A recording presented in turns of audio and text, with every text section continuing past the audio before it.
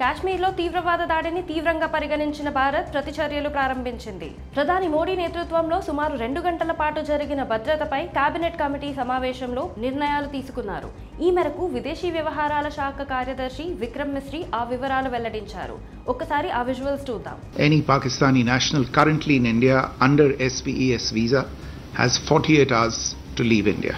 భారత్ పాకిస్తాన్ మధ్యలో ఉన్న 1960 నాటి సింధు జలాల ఒప్పందాన్ని తక్షణం తాత్కాలికంగా నిలుపుదల చేస్తున్నట్లు ప్రకటించారు. సీమాంతర ఉగ్రవాదానికి పాకిస్తాన్ మద్దతు నిలిపివేసేంత వరకు ఇది అమలవుతుంది. పాకిస్తాన్ పౌరులను భారత్ లోకి అనుమతించేది లేదని కేంద్రం స్పష్టం చేసింది.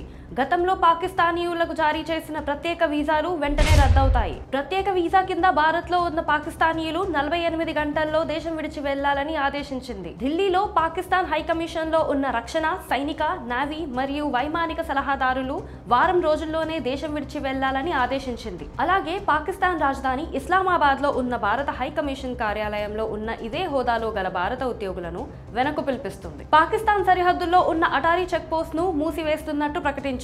భారత్ వైపు నుంచి సరైన పత్రాలతో వెళ్లిన వారు కూడా ఈ ఏడాది మే 1 లోపు తిరిగి రావాలని పేర్కొన్నారు. ఇంతకీ భారత్ పాక్ మధ్య ఉన్న సింధు ఒప్పందం ఏంటి? సింధు దాని ఉపనదుల జలాలను పంచుకోవడానికి ప్రపంచ బ్యాంకు మధ్యవర్తిత్వంలో భారత్ పాకిస్తాన్ల మధ్య ఒప్పందం కుదిరింది. దీనిపై 1960 సెప్టెంబర్లో నాటి భారత ప్రధాని జవహర్లాల్ నెహ్రూ, పాకిస్తాన్ అధ్యక్షుడు అయూబ్ ఖాన్ సంతకాలు చేశాడు. ఒప్పందం ప్రకారం సింధు ఉపనదుల్లో తూర్పున పారే రవి, బియాస్, సట్లెజ్ నదులపై భారతదేశానికి హక్కులు లభించాయి. వీటి సగటు వార్షిక ప్రవాహం 33 మిలియన్ ఎకరాల అడుగులుగా ఉంది. సింధు నదితో పాటు దాని పశ్చిమ ఉపనదులైన జీలం, చెనాబ్లపై పాకిస్తాన్ కు హక్కులు దక్కాయి.